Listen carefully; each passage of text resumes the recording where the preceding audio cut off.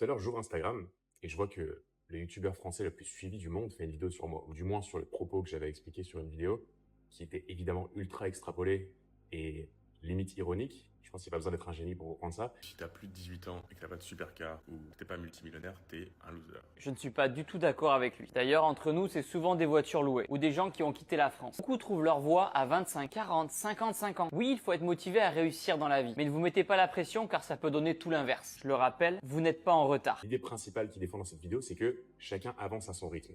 Donc, si tu as 25, 30, 35, 40 ans et que tu n'as pas encore la vie que tu veux, c'est pas grave parce que chaque chose arrive en son temps, en fait. Mais il y a un moment où ça devient juste, je sais pas, il y a un terme en anglais pour ça, c'est le fait de cope. Tu vois, c'est COPE, je sais pas exactement le terme en français, mais disons que moi j'ai 40 ans, que j'ai rien branlé de ma vie, que j'ai une vie de merde. Ce qui définirait ce terme, ce serait de me mentir à moi-même et me dire que soit j'ai pas eu de chance, soit c'est parce que je suis né dans un certain pays, dans une certaine famille. En fait, je blâme les circonstances externes plutôt que de me concentrer sur moi et mes problèmes, tu vois. En fait, t'avances plus quand tu te rends compte que tout ce qui t'arrive aujourd'hui, la situation dans laquelle t'es, tout est de ta faute et que ta vie, tu l'as créée minutieusement par tes croyances passées et tes actions, en fait. C'est tout. Pour revenir au sujet de la vidéo de base, le problème que je trouve avec ça, le fait de dire à quelqu'un de 35 ans, de 40 ans, je sais pas si on se rend compte, mais c'est super vieux, tu vois, il y a des gens qui meurent à 65.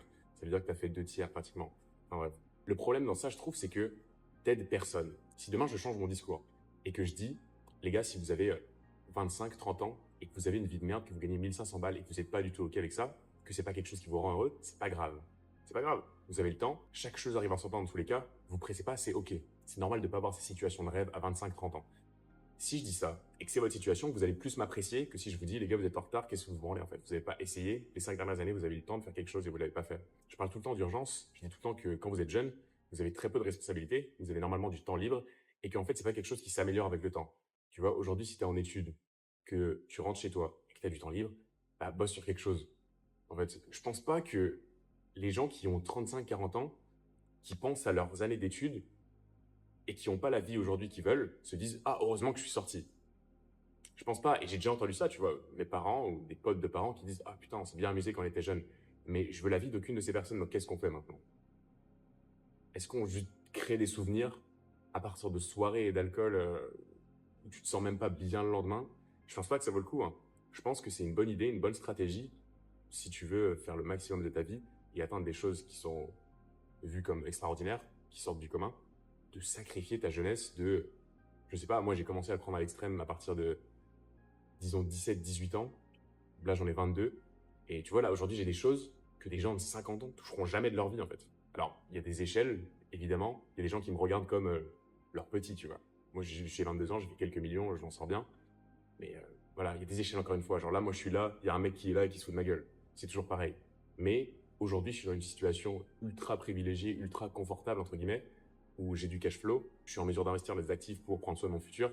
Parce que les voitures que vous voyez là, ok, c'est marrant, mais je suis pas con avec mon argent. Je suis pas en train de cramer tout mon argent pour vous impressionner.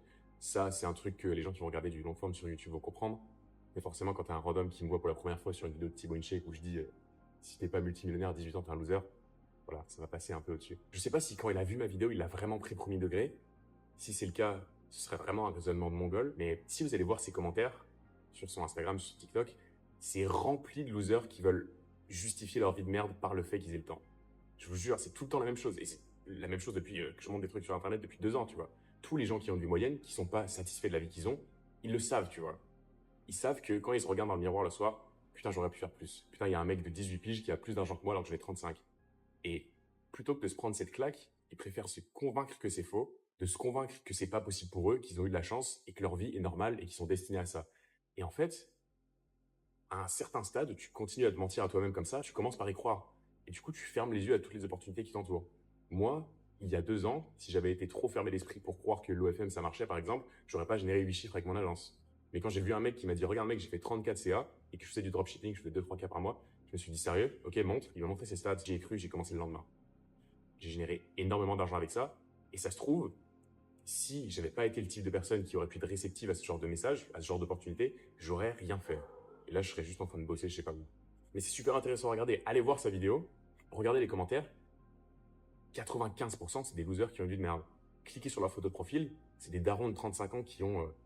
on s'en fout du nombre d'abonnés, ça définit pas la valeur d'une personne. Mais vous voyez très bien le genre de personne à qui je fais référence. Le genre de personne qui juste c'est des PNJ, quoi. C'est des gens qui vivent, qui ont un taf, qui rentrent le week-end et qui recommencent et qui ont peut-être 35 ans aujourd'hui et qui vont continuer jusqu'à 62. Ça sonne dramatique, mais c'est la vérité pour la majorité des gens, quoi.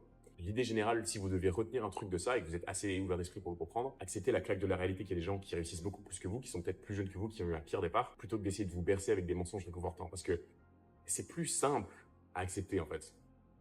Ce qu'il fait là, Thibaut, en réconfortant tous les gens de 30 à 50 ans, il a dit 50 ans, un peu. 50 ans. Qui veut être riche à 50 ans? Qui veut être libre à 50 ans? Ce qui est simple à faire quand tu veux te faire apprécier par tout le monde, c'est que prenons en compte que la majorité des gens ont une vie moyenne, parce que c'est la norme, tu vois, par définition.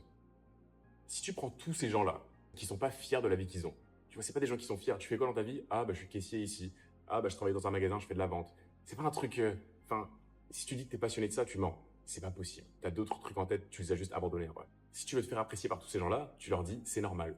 On réussit pas tous à la même vitesse. Tous les gens que vous voyez sur les réseaux, dans tous les cas, un mec de 22 ans qui a une voiture à 600K, c'est faux. Donc, vous inquiétez pas. On est très bien comme on est. Tout le monde va à son rythme. C'est normal. Tu vois, quand tu dis ça, et qu'il y a des gens normaux qui te regardent, la majorité, c'est simple de te faire apprécier, en fait.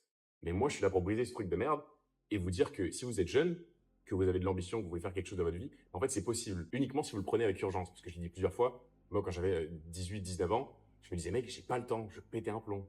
Des fois, je juste réfléchissais trop chez moi, j'allais courir parce que j'arrivais pas à réfléchir et tu vois, j'avais trop de pensées dans ma tête. Honnêtement, je sais même pas si, en regardant cette vidéo, tu peux être motivé assez longtemps pour que je change vraiment ton état d'esprit, tu vois.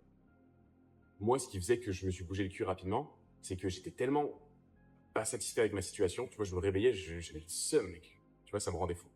Parce que j'avais pas de liberté, je ressentais que de la frustration. En fait, j'ai des notes sur mon tel comme ça qui me disaient, mec, c'est impossible. Tu vois, comment ça, il y a des gens, ils ont 35 ans et ils doivent demander des dates pour aller en vacances. Mais en primaire, là, faut demander pour aller à la récré. C'est quoi ce bordel? J'ai du mal à comprendre. Hein. Ça a du mal à process dans mon esprit, en fait. Ou je sais pas, regardez vos parents. Peut-être que vos parents, ils ont 40, 50 piges. C'est des adultes. Ils doivent demander pour aller en vacances quelque part. Par exemple, quand je faisais des stages dans des tafs normaux, quand j'allais pisser, je me disais, putain, est-ce qu'ils vont me voir? Est-ce qu'ils vont me poser des questions parce que je suis parti pisser alors que je suis censé être en rayon, tu vois? Tu te rends compte? Enfin, il y a tellement... on t'a mis sur Terre pour faire ça. T'imagines? Ça fait tellement pas de sens. Tu crois qu'on m'a mis sur Terre pour bosser pour quelqu'un pendant 50 piges? Et tant que tu seras pas ultra mécontent de ta situation au point de pas dormir, je pense pas que tu la changeras en fait.